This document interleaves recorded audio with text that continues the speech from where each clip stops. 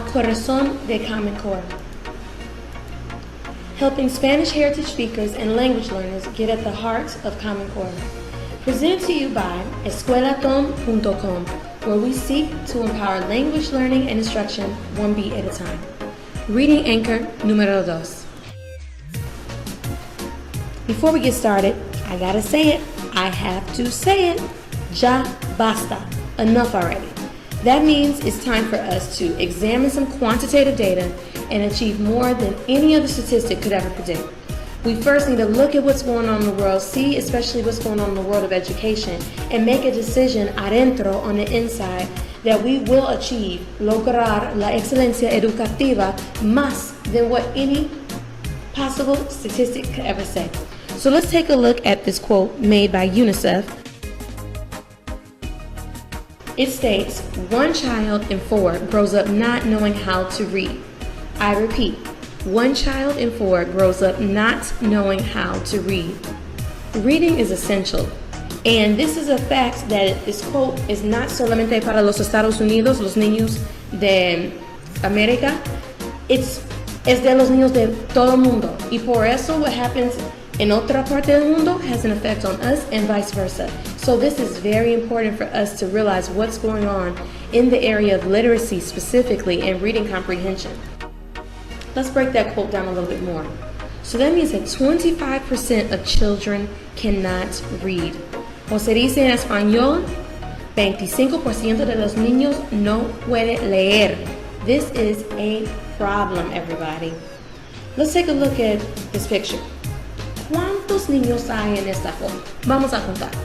1, 2, 3, 4, 5, 6, 7, 8. Hay 8 niños. So if we were to apply the formula of 0.25 or 25% and multiply it by the number of children we see in this picture, which would be 8, that means that 25% of the 8 students that we see here in this picture means 2. Or in other words, 2 of the 8 kids in this picture will grow up and not be able to read. That is a problem. Let's all say it together. Ya basta. Enough already. We will not be one of the 4. And we won't even be selfish and just think of ourselves.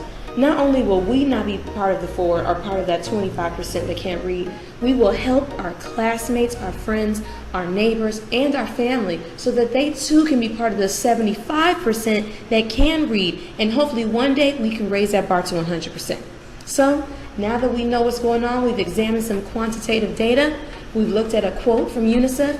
Let's get fueled up so that we new standard and master it. So we're looking at Common Core's English Language Arts Standards, College and Career Readiness Anchor Standards for Reading, número 2. Se dice, determine central ideas or themes of a text and analyze their development. Summarize the key supporting details and ideas. So you know we have las tres preguntas. What is this saying to us? ¿Qué necesito hacer? What is it that I need to do? How? ¿Cómo necesito hacerlo? How am I going to achieve what I'm being asked to do? Y por qué plus. Why plus. ¿Por qué es necesario? Now for this specific reading anchor, you will see that some things will be repeated from the what to the how category, and that some things that may seem to be in the what category really serve as the why plus. So we're going to really break it down so that you all can become stronger readers and just really advance in your reading comprehension and literacy. So let's take a look at this statement again. You all need to know how to determine central ideas or themes of a text and analyze their development. So, ¿qué necesito hacer? You need to determine central ideas and themes and analyze their development. ¿Cómo? ¿Cómo voy a hacerlo? How am I going to do that? Number 1, you need to read closely, which we broke down what that means to read closely in our first video, attending to the reading anchor número 1. But more importantly, guess what I have here? Determinar, determine. You may be asking yourself, well, wait a minute, why is determine in the how category when it also is in the what category?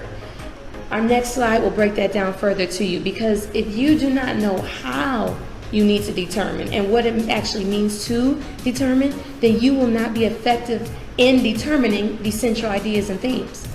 And por qué? Why plus? because we need to summarize key, that's that plus factor, key supporting details and ideas. Notice key is the plus factor. It's highlighted because a lot of folks know how to provide details, but are they the key details that you need to support the main idea or theme that you're describing? Determine central ideas or themes of a text and analyze their development. Determine. En español se dice determinar. Say it with me, everybody. Determinar. Muy bien. So, El Diccionario de Merriam-Webster's has at least 5 definitions of what it means to determine. However, I want us to pay close attention to what the 4th entry says. It says to find out or come to a decision about by investigation, reasoning, or calculation. In this day and age, it is not enough to just say, oh yeah, I determined it because, it is what it is. Lo que pasa, pasa. That's not, no es suficiente. That is not sufficient. You need to investigate. Back it up by reasoning, not just your own personal logic, but reasoning based off of what you can determine from the text. And in some instances, you may even have to calculate, not just numerically, but based off the qualitative data. So when I think about determining a central idea or an idea, I'm reminded of growing up watching Law and Order. This is something that my family and I did just about every night that it came on. We would sit there, but not just watch it and be programmed beings at the time. One thing my stepmom did for us was when we would watch the programming of Law and Order, whichever version of it, she would always ask us questions. We would make predictions. We would start analyzing based off what evidence would be revealed and make predictions about what it might be. We were involved in the show. Our brain was thinking, not just consuming. So I determined that what good detectives do, based off my analysis of Law and Order, and you got other shows, you have Casa Cerrado, that court show, you can look at certain things, you have different judge methods, things of that nature, but I'm basing it off of Law and Order because that's what resonates with me. So here's some steps that good detectives do. 1, they determine the main event. That's when they're called to the scene of the crime. They ask themselves, what happened? Who's involved? Is this event linked to someone or something else? Then they sort through the details that they collect to find out what is key. You see that plus, the Y plus, to find out what is key in their investigation. And you know what? Sometimes they have to refocus their efforts. Perhaps some of the details some of the clues that they were following led them to a dead end. So sometimes you may need to refocus while you think you're outlining what you've just read as a post-reading strategy in order to write or answer a BCR or a short response. At the same time, you may have to say, hold up, I think I'm going in the wrong direction. That's something a good detective would do. They also consider the evidence and they analyze how everything is developing over time. How things develop over time is not just in isolation. And then finally, of course, they have to submit a report to their boss for review. That's essential too, because their boss is going to be there to determine, to edit, to provide feedback on their investigation. So let's compare what good detectives with what good readers do. Good readers determine the central ideas or idea and themes of a text and analyze their development. They sort through the details just like a detective to find out what is key, not necessarily for their investigation, but in understanding the main idea of the text. They also summarize the text using key details to support the main ideas or central ideas and themes of the text. And of course, in the academic arena, they're going to submit a writing sample to their teacher for review. So, en otras palabras, you know you have mastered the skills of reading anchor número 2 when you can determine through reasoning and investigation the central ideas or themes of a text, like a detective, and analyze their development throughout the text. It should be ongoing, just like when you watch your favorite detective show. It's not a one-time investigation. It takes the course of a 45 to an hour, half an hour segment that you see, but on the writer's end, it takes a course of days, sometimes weeks, and sometimes even months.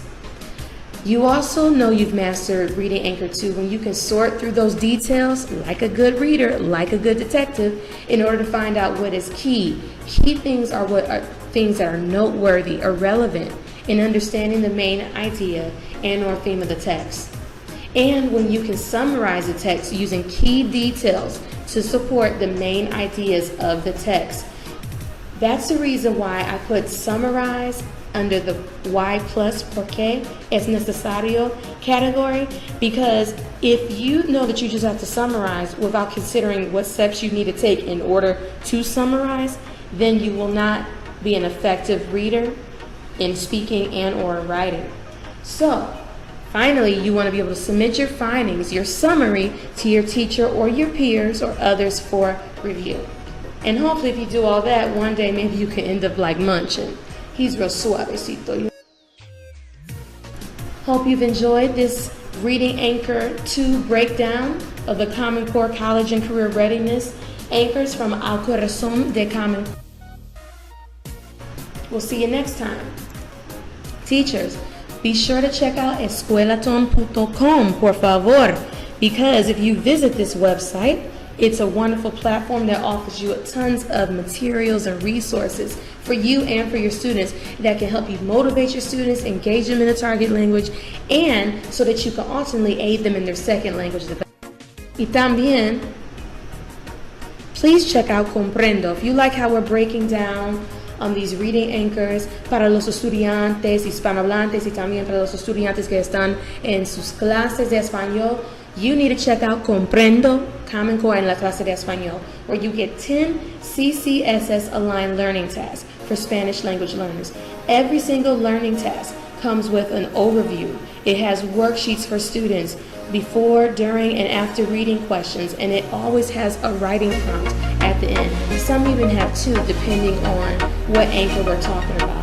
It also includes answers for each of the questions for the pre, during, and after reading questions, and sample responses.